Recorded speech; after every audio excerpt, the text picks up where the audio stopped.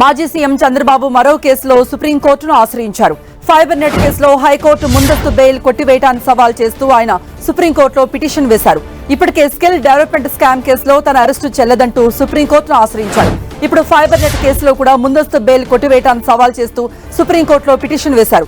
దీంతో ఈ రెండు పిటిషన్లపై ఇవాళ సుప్రీంకోర్టు విచారణ జరపనుంది. జస్టిస్ అనిరుద్ధ బోస్, జస్టిస్ బేలా త్రివేదీలతో కూడిన ధర్మాసనం ఈ పిటిషన్లపై విచారణ జరపనుంది.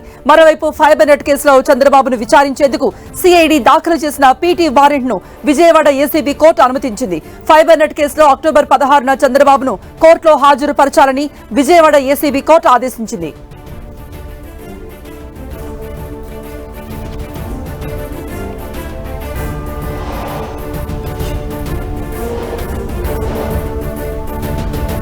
స్కిల్ డెవలప్మెంట్ స్కామ్ కేసులో తన అరెస్టు చెల్లదంటూ చంద్రబాబు దాఖలు చేసిన పిటిషన్ పై ఇవాళ సుప్రీంకోర్టులో విచారణ జరగనుంది. మధ్యాహ్నం 2 గంటలకు జస్టిస్ అనిరుద్ధ బోస్, జస్టిస్ బేలా ఎం త్రివేది ధర్మాసనం విచారణ జరపనుంది. అవినీతి నిరోధక చట్టం సెక్షన్ 17A చంద్రబాబుకు వర్తిస్తుందా లేదా అనేది సుప్రీంకోర్టు తేల్చనుంది. చంద్రబాబు తరపు లాయర్లు ఇప్పటికే సీనియర్ లాయర్ హరీష్ సాల్వే వాదనలు వినిపించారు. ఇవాళ ఏపీ ప్రభుత్వం సిఐడి తరపున సీనియర్ న్యాయవాదులు ముకుల్ రోహత్గి, రంజిత్ కుమార్ వాదనలు వినిపించనున్నారు. అక్టోబర్ 9, 10 తేదీలలో చంద్రబాబు పిటిషన్ పై 5 గంటల పాటు విచారణ సాగింది. గవర్నర్ అనుమతి తీసుకోకుండా రాజకీయ కక్షతోనే చంద్రబాబు అరెస్టు జరిగిందని చంద్రబాబు తరపు న్యాయవాది హరీష్ సాల్వే వాదించారు. అవినీతి నిరోధక చట్టం సెక్షన్ 17A ను పరిగణలోకి తీసుకోలేదని, చంద్రబాబు అరెస్టు చెల్లదని, ఎఫ్ఐఆర్ కేసు దర్యాప్తుపై స్టే విధించాలని కోరారు. ఫిర్యాదు అందిన తేదీ, ఎఫ్ఐఆర్ నమోదైన తేదీలను పరిగణలో తీసుకోవాలని హరీష్ సాల్వే కోర్టును కోరారు.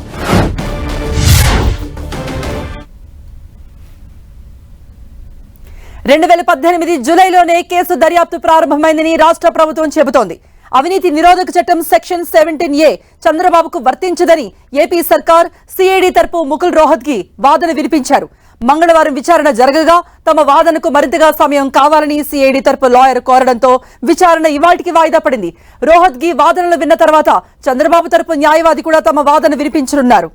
నేడు కేసు విచారణ ముగించి తీర్పు రిజర్వ్ చేసే అవకాశం ఉంది. హైకోర్టులో సెప్టెంబర్ 22న చంద్రబాబు పిటిషన్ తిరస్కరించడంతో సెప్టెంబర్ 23న ఆయన సుప్రీంకోర్టును ఆశ్రయించారు.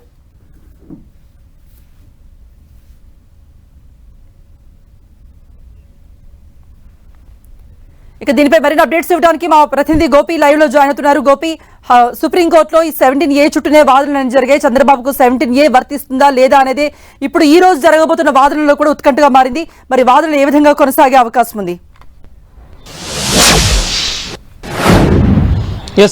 ఏపీ మాజీ ముఖ్యమంత్రి టీడీపీ అధినేత చంద్రబాబు కింది స్థాయి కోర్టుల నుంచి అత్యున్నత స్థాయి కోర్టు సుప్రీంకోర్టు వరకు కూడా ప్రస్తుతం న్యాయ పోరాటం చేస్తున్న పరిస్థితి కనిపిస్తోంది. ఈ రోజు సుప్రీంకోర్టులో చంద్రబాబుకు సంబంధించిన 2 పిటిషన్లు విచారణకు రాబోతున్నాయి. 2 కూడా ఒకే ధర్మాసనం ముందు విచారణకు రాబోతున్నాయి.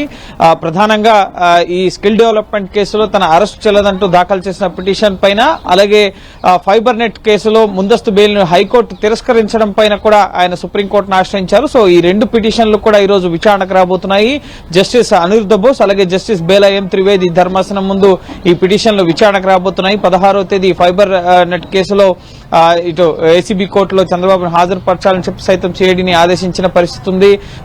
పీటీ వారెంట్ ని అనుమతించిన పరిస్థితి ఉంది. కాబట్టి ముందస్తు బెయిల్ ఇవ్వాలని చెప్పి సుప్రీంకోర్టుని ఆశ్రయించారు చంద్రబాబు. సో ఆ కేసుకు సంబంధించి ఎటువంటి ఉత్తర్వులు వస్తాయి ఈ రోజు అనేది మనం వేచి చూడాలి. అలాగే ప్రధానంగా ఈ స్కిల్ డెవలప్మెంట్ కేసులో ఏదైతే మొదట చంద్రబాబు అరెస్ట్ అయి ప్రస్తుతం 35 రోజులుగా రాజమండ్రి సెంట్రల్ జైల్లో ఉంటున్నారు. సో ఆ కేసుకు సంబంధించి సెక్షన్ 17A చంద్రబాబుకు వర్తిస్తుందా వర్తించదా, ఆయన తన అరెస్టు చెల్లదు, అక్రమంగా తనని అరెస్ట్ చేశారు, తన ప్రాథమిక హక్కులకు భంగం కలిగించే విధంగా గవర్నర్ అనుమతి తీసుకోకుండా నిబంధనలను పాటించకుండా ఈ అరెస్ట్ అనేది జరిగింది, ఈ అరెస్ట్ చెల్లదు, దర్యాప్తు అలాగే ఎఫ్ఐఆర్ పై కూడా స్టే విధించాలని చెప్పి ప్రధానంగా ఆయన సెప్టెంబర్ 23వ తేదీన సుప్రీంకోర్టును ఆశ్రయించడం జరిగింది. సుదీర్ఘంగా ఈ కేసు విచారణ సుప్రీంకోర్టులో సాగుతోంది. ఇటు అక్టోబర్ 9, 10వ తేదీల్లో కూడా సుమారు 5 గంటల పాటు చంద్రబాబు తరపు న్యాయవాది అలాగే ఏపీ ప్రభుత్వం సిఐడి తరపు న్యాయవాది కూడా వాదనలు వినిపించారు. సో హరీష్ సాల్వే అలాగే అభిషేక్ మను సింఘ్వి, సిద్ధార్థ్ లూత్రాలు చంద్రబాబు తరపున సుప్రీంకోర్టులో వాదనలు వినిపిస్తున్నారు. ఇటు ఏపీ ప్రభుత్వం సిఐడి తరపున ఇటు ముకుల్ రోహత్గి అలాగే రంజిత్ కుమార్ తో పాటుగా నిరంజన్ రెడ్డి అలాగే తదితరులు వాదనలు వినిపించబోతున్నారు. ఈ రోజు ప్రధానంగా మొదట సిఐడి తరపున వాదనలు ముఖ్యంగా ముకుల్ రోహత్గి ప్రారంభించబోతున్నారు. గత మంగళవారం తనకి వాదనలకు మరింత సమయం కావాలని చెప్పుకోవడంతో ఈ రోజుకి కేసు విచారణ వాయిదా పడడం జరిగింది. సో ఈ రోజు ముకుల్ రోహత్గి ఏ విధంగా ఈ కేసుకు సంబంధించి అవినీతి నిరోధక చట్టం 1988 సెక్షన్ 17A చంద్రబాబుకు వర్తించదు, అలాగే ఈ కేసు దర్యాప్తు ఎప్పుడు ప్రారంభమైంది, అలాగే ముఖ్యంగా ఈ కేసు ఎఫ్ఐఆర్ ఎప్పుడు నమోదైంది, ఈ కేసులో ఎంతమంది ఉన్నారు, 37 గా చంద్రబాబు పేరు చేర్చడం జరిగింది. సో అనేక కారణాలున్నాయి. హైకోర్టు చంద్రబాబు క్వాష్ పిటిషన్ ని కొట్టివేయడానికి వెనక అన్ని అంశాలు పరిగణలోకి తీసుకున్న తర్వాతనే హైకోర్టులో చుక్కెదరవడంతో ఈ కేసు దర్యాప్తు ఇన్వెస్టిగేషన్ ఇంకా జరుగుతోంది. దశలోనే ఈ కేసును కొట్టేయాలి, స్టే విధించాలి అని చెప్పి చంద్రబాబు అడుగుతున్నారు. కేసు దర్యాప్తుకు సహకరించకుండా అన్న విషయాలు సైతం కోర్టు దృష్టికి తీసుకెళ్లే అవకాశం ఉంది. అయితే ఎఫ్ఐఆర్ లో తన పేరు 2023లో ముఖ్యంగా నమోదు చేశారు. సో ఇప్పుడు నమోదైన ఎఫ్ఐఆర్ ఆధారంగా సెక్షన్ 17A ఆయనకు వర్తిస్తుంది అన్నది చంద్రబాబు తరపు వాదన. సో చూడాలి ఈ రోజు ఈ రెండు కేసుల విషయంలో చంద్రబాబుకు సుప్రీంకోర్టులో ఎటువంటి ఊరట లభిస్తుంది. ఈ రోజు స్కిల్ డెవలప్మెంట్ కేసుకు సంబంధించి వాదనలు ముగించి తీర్పును రిజర్వ్ చేసే అవకాశాలు కూడా కనిపిస్తున్నాయి. సోమవారం తుది ఉత్తర్వులు ఇచ్చే అవకాశం కూడా ఉన్నట్లుగా టీడీపీ శ్రేణులు చెప్తున్నారు. సో చూడాలి ఈ రోజు సుప్రీంకోర్టులో చంద్రబాబు కేసుల విషయంలో ఏం జరగబోతుందనేది. రైట్ గోపి.